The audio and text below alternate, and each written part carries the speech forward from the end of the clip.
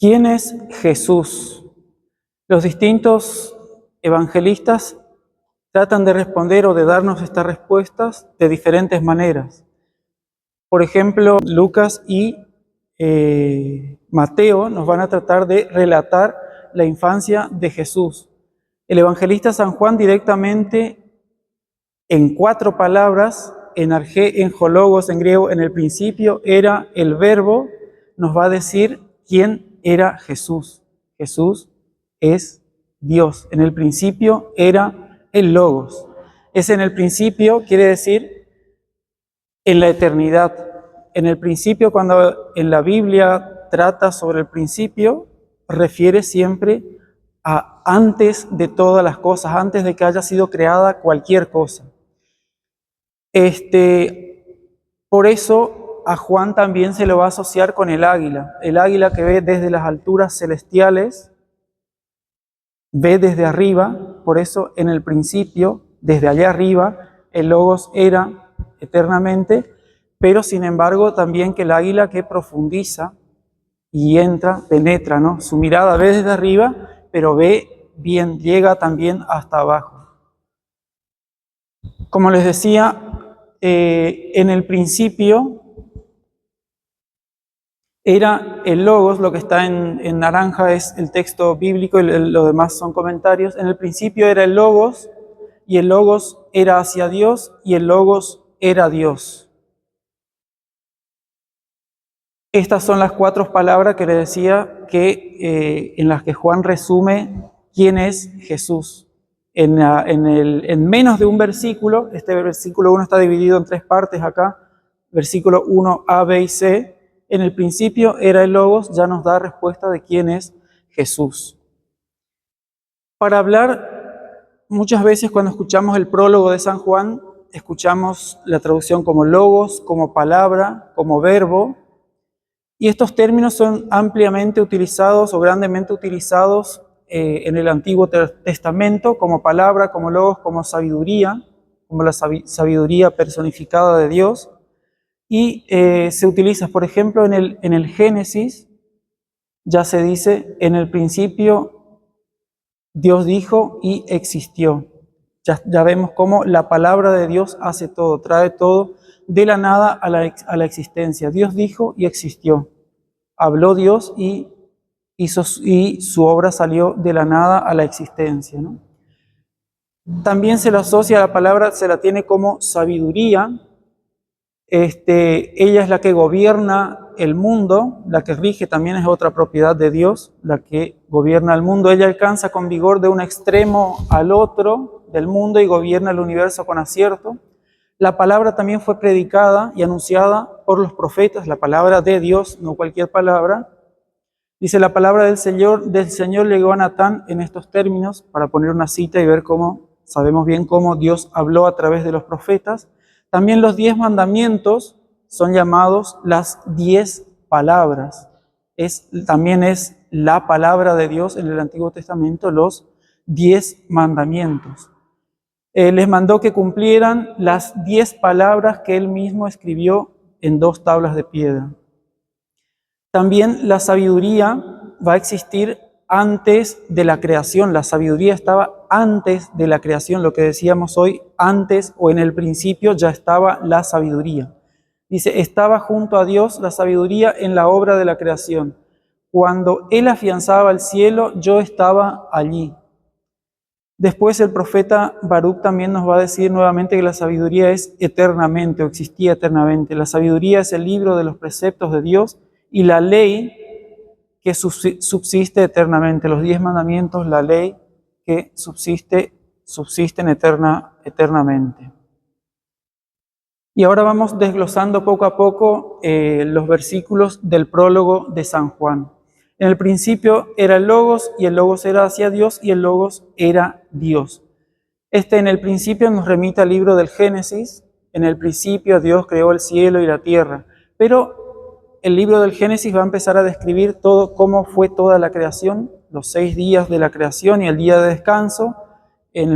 Creó la luz, dividió las aguas, puso luz en la oscuridad, donde había tinieblas, puso luz, pero Juan no se va a poner a describir la creación como hace el Génesis, sino que va a afirmar en el principio, Él ya estaba. Él no va a empezar a decir, Dios creó esto y lo otro, sino que va a decir, en el principio el Logos ya existía. En el lenguaje bíblico, antes de la creación, no existe nada más que eternidad de Dios. Y entonces, el Logos es eterno. Y en el principio, con ese lenguaje, se habla solamente de la eternidad de Dios, el Logos es eterno. Con pocas palabras, el evangelista San Juan ya nos dice quién nos va respondiendo a esa pregunta, quién es Jesús. Dice Yahvé, el libro de los Proverbios 8:22, Yahvé me engendró primicias de sus actos con anterioridad a sus obras, desde siempre. Para que vean mi gloria, dice el mismo Evangelio de San Juan, para que vean mi gloria que tú me has dado, porque me amaste antes de la creación del mundo. Antes de la creación del mundo, Él ya lo amó, y antes de la creación del mundo había solo eternidad. Entonces, con la creación del mundo se creó el tiempo, el espacio. Antes de la creación del mundo, eternidad, ya estaba el Logos. Dice, y el Logos era hacia Dios.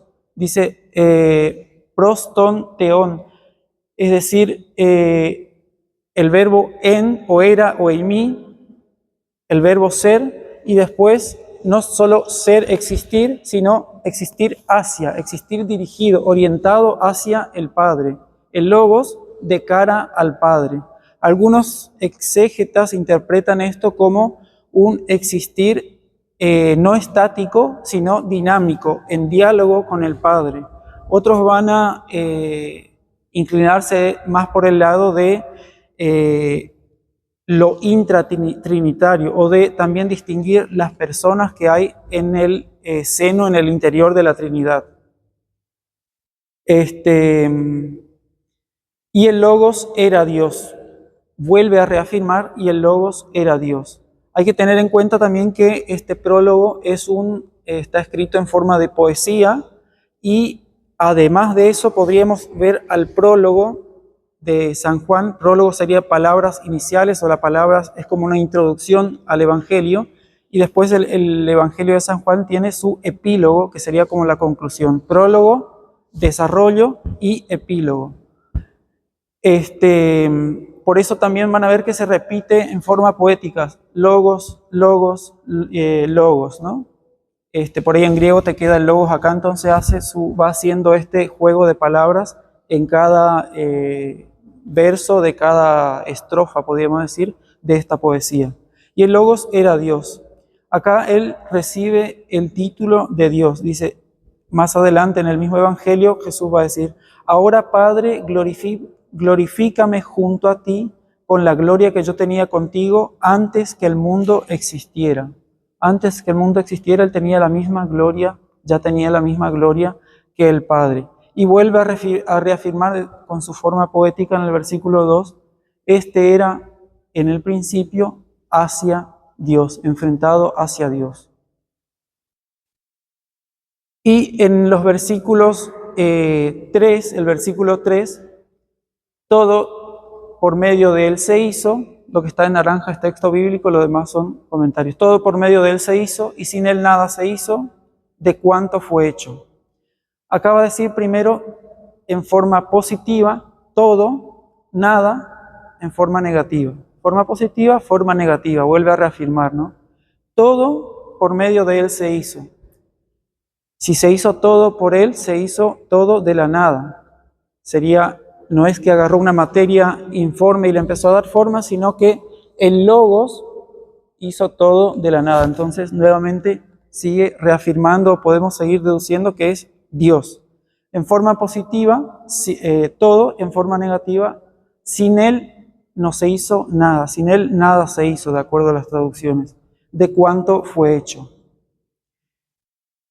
Como hoy les decía, no se describe la obra de la creación acá como en el Génesis, pero sí se afirma la causalidad del Logos, la causalidad del Verbo, la causalidad de la palabra de Dios, que es el Verbo encarnado, es Jesús.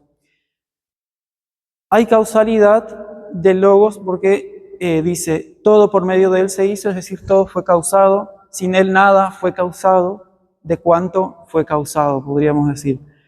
Y esto nos remite de vuelta al Génesis, dijo Dios, haya luz y hubo luz. Dios causó la luz en ese caso. Hay una hermosa distinción que también nos remite a la eternidad de Dios, a la existencia del Logos y la distinción con las criaturas. El verbo eimi o el verbo era, estaba, que es el verbo griego eimi, que se puede traducir por era, estaba siendo, y para las criaturas va a utilizar el verbo ginomai o egeneto, que es llegar a ser, llegar a ser que algo, llegar o lograr que algo sea, algo que tiene principio, algo que tiene un comienzo en el tiempo. Entonces, para las cosas, el evangelista, muy astuto, va a utilizar el verbo ginomai o egeneto, después de conjugado, que es llegar a ser. Juan, por ejemplo, va a llegar a ser porque es causado, es creado. Las cosas también, siempre cuando habla de las cosas va a utilizar el verbo ginomai, y cuando habla del logos va a utilizar el verbo eimi, que se traduce por el verbo ser en castellano, ¿no? Entonces, todo por medio de él, egeneto, ginomai, llegó a ser, y sin él nada llegó a ser, sin él nada, ginomai, de cuánto fue hecho. También podríamos asociar el ginomai al gen, ¿no? Generar, llegar a hacer que algo sea. Y el versículo, en los versículos 4 y 5, en él era la vida, en él, eimi, sería el verbo ser, en él, eimi, la vida, y la vida era la luz de los hombres, y la luz en la tiniebla brilla, y la tiniebla no la venció. La luz es la primera obra también del Génesis, cuando habla en el principio, y Dios lo primero que crea es la luz, y va poniendo luz en medio de la oscuridad. Estos también son dos atributos de Dios. Vida y luz solamente pertenecen a Dios en lenguaje bíblico. Por lo tanto, acá se le aplica el logos es Dios. Sigue respondiéndonos el evangelista quién es el logos. Es Dios, es eterno, es luz, es vida, y esa vida, ese Zoé y Fos, el Zoé que tuvimos en otra charla, la Zoé que es la vida eterna y la Psige que es la vida que tienen los seres humanos, el verbo nos participa, nos da a nosotros. En él era la vida y la vida era la luz de los hombres, la luz que nos da a nosotros, que nos participa a nosotros. También en las Sagradas Escrituras van a ver una cierta oposición entre luz y tinieblas. También en este sentido va a haber el logos va a ser la luz y el mundo va a ser las tinieblas. No es que nosotros somos tinieblas, sino que nosotros podemos aceptar la luz del logos o quedarnos con las tinieblas del mundo. Nosotros no somos tinieblas, sino que podemos aceptar una u otra libremente. Y si vida y luz son propiedades bíblicas, hablando en términos bíblicos, de Dios, y acá dice Jesús, yo soy la luz, yo soy la luz. Nuevamente, más adelante en su evangelio va a seguir afirmando, yo soy la luz. Porque el prólogo también funciona, hoy les había dicho, como un índice, por poner una imagen, ¿no? Como el índice de un libro, en este caso, es como decir de cierta manera, tiene sus títulos y va apuntando, después se van desarrollando las ideas en todo el evangelio. Por ahí el prólogo, algunos dicen que el prólogo, el texto del prólogo, la poesía, fue escrito por otro y fue puesto ahí, pero es algo que uno lo va viendo y es imposible. Podría tener partes previas de otra tradición, pero el evangelista lo habrá retocado todo y lo adaptó porque o es 100% suyo o es adaptado para ese evangelio, porque las ideas que se ven en el prólogo después se van desarrollando profundamente en todo el Evangelio de San Juan. Y acá se ve, por ejemplo, cuando se habla de luz, después se desarrolla grandemente la idea de la luz en todo el Evangelio de San Juan. También dice, yo soy la luz y he venido al mundo para que todo el que crea en mí no permanezca en las tinieblas, sino que tenga la luz de la vida, dice en otro, ¿no? Y vemos, como hablábamos hoy, de las ideas de la palabra o la sabiduría en el Antiguo Testamento, cómo está todo relacionado. Dice en el libro de Sabiduría 7:30, dice, porque a la luz le sucede, es decir, al día le sigue la noche, pero la maldad no triunfa sobre la sabiduría. Es decir, la luz venció al mundo, la luz sigue brillando en las tinieblas.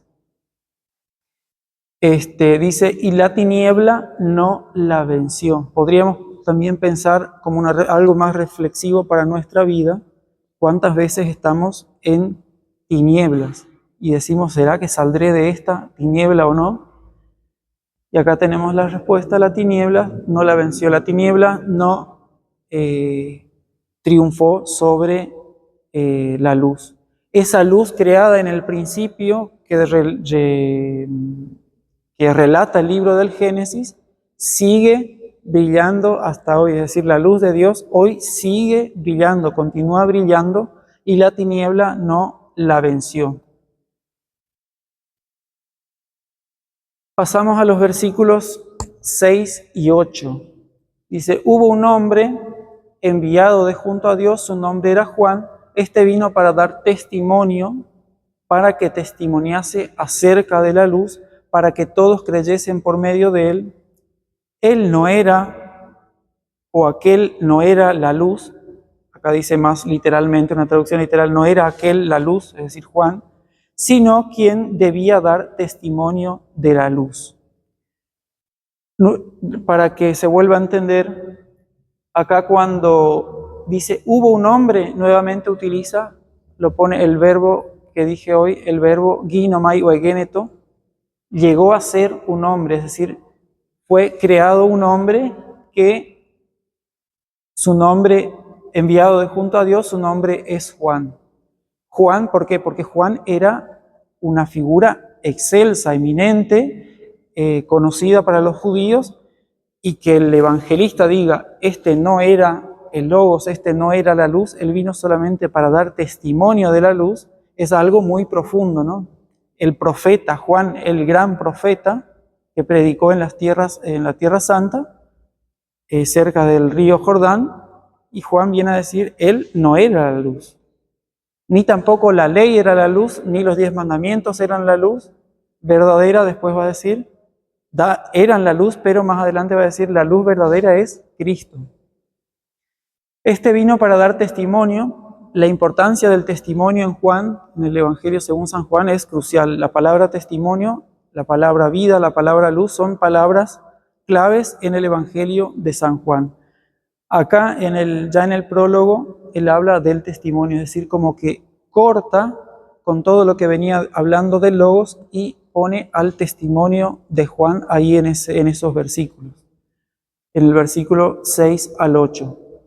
No era aquel la luz, es decir, fui a mirar el texto griego y dice, uk en sería no, podríamos traducirlo para ir entendiendo, no eimi, no era, utiliza el no eimi, el no, ese verbo que lo usa para referirse a Logos, pone que para Juan pone no eso, no eimi, no eso.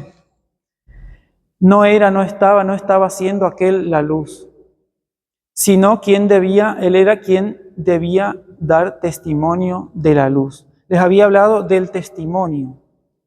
En la tradición judía, siempre para manifestar una verdad, para dar a un hecho como verdadero, se necesitaban por lo menos dos testimonios, el testimonio de 2 o 3, para que se necesitaba la presencia de 2 o 3 testigos para dar algo como verdadero.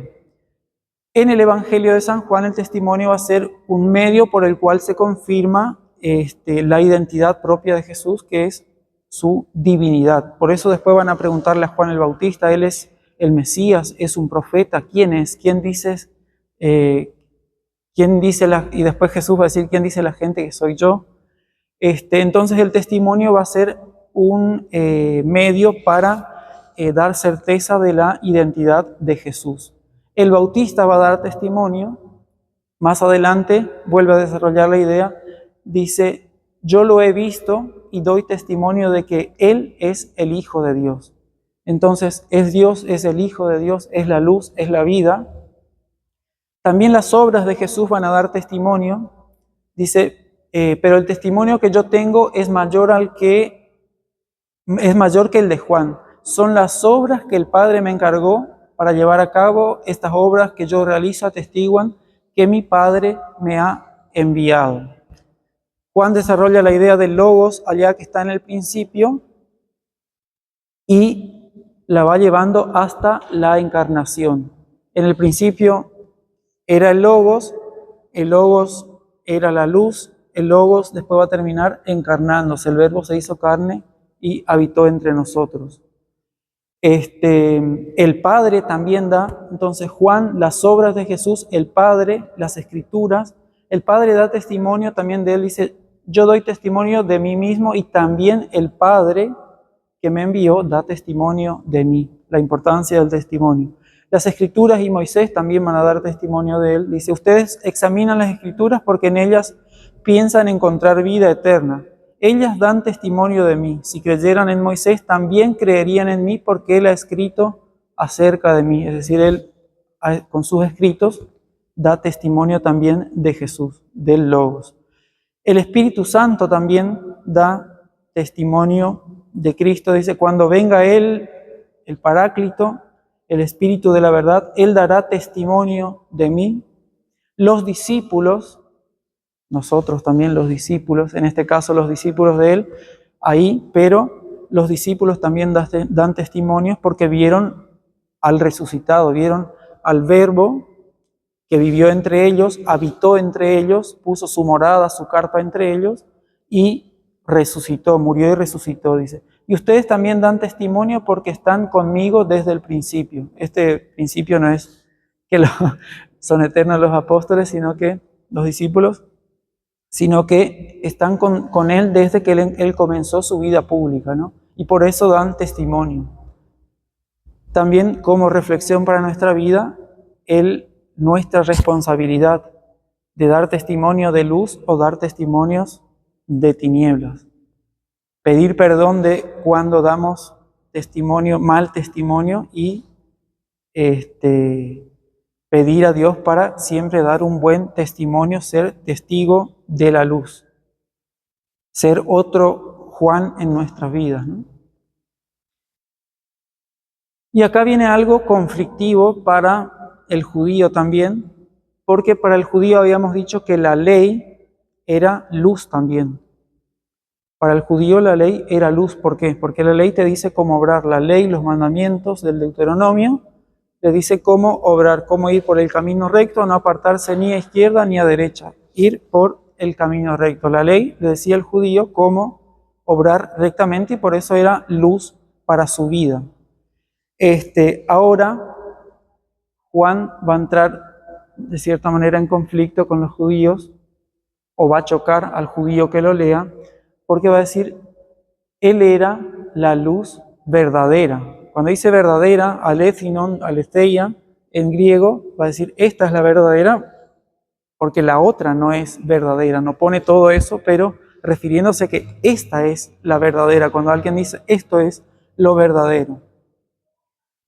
Dice el libro de la sabiduría, lo que está acá en amarillo más resaltado, dice, los que habían retenido cautivos a tus hijos, los israelitas, por quienes debía transmitirse al mundo la luz incorruptible de la ley. Imagínense que la ley era luz incorruptible también para el judío, y Juan viene a decir, el Logos es la luz verdadera, que ilumina a todo hombre, no solo al hombre judío, que era el depositario de la revelación, el pueblo depositario, sino a todo hombre.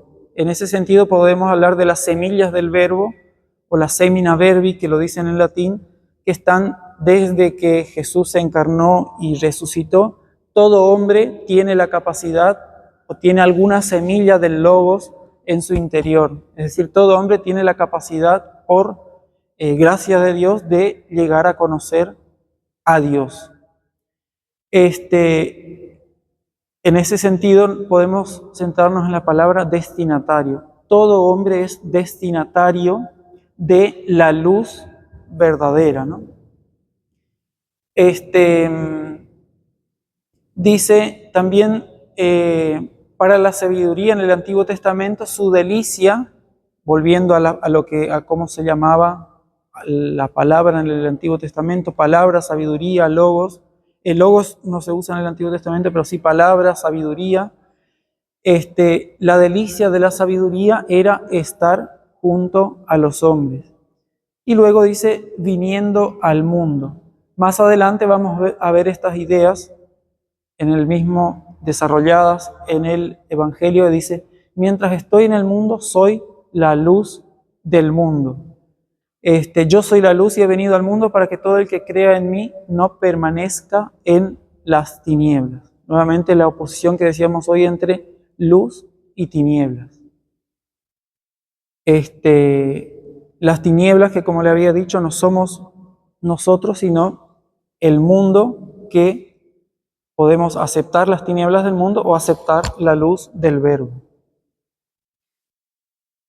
Y una cita con la cual podemos también iluminarnos, dice, y el juicio consiste en que vino la luz, vino el Logos, al mundo y los hombres amaron más las tinieblas que la luz, porque sus obras eran malas.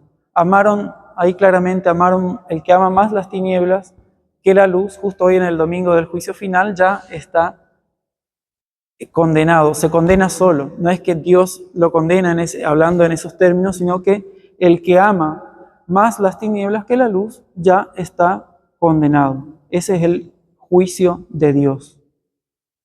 Y una cita de Proverbios que creo que puede cerrar hasta acá, hasta el versículo 9, que es la mitad del prólogo. El prólogo va del 1 tiene 18 versículos, y hoy desarrollamos del 1 al 9 y en otro encuentro los demás versículos. Una cita de Proverbios dice, cuando él afianzaba el cielo, yo estaba allí, cuando trazaba el horizonte sobre el océano, cuando condensaba las nubes en lo alto, cuando infundía poder a las fuentes del océano, cuando fijaba su límite al mar para que las aguas no transgredieran sus bordes, cuando afirmaba los cimientos de la tierra, yo estaba a su lado como un hijo muy querido y lo deleitaba día tras día, recreándome delante de él en todo tiempo. El hijo en todo tiempo, en el libro de los Proverbios, recreándose, no teniendo un inicio, sino existiendo en todo tiempo, recreándome sobre la faz de la tierra. Y mi delicia era estar con los hijos de los hombres. Su delicia era lo que va a venir luego en el versículo 14, poner su tienda entre nosotros. Continuamos con el resto del prólogo en un segundo encuentro.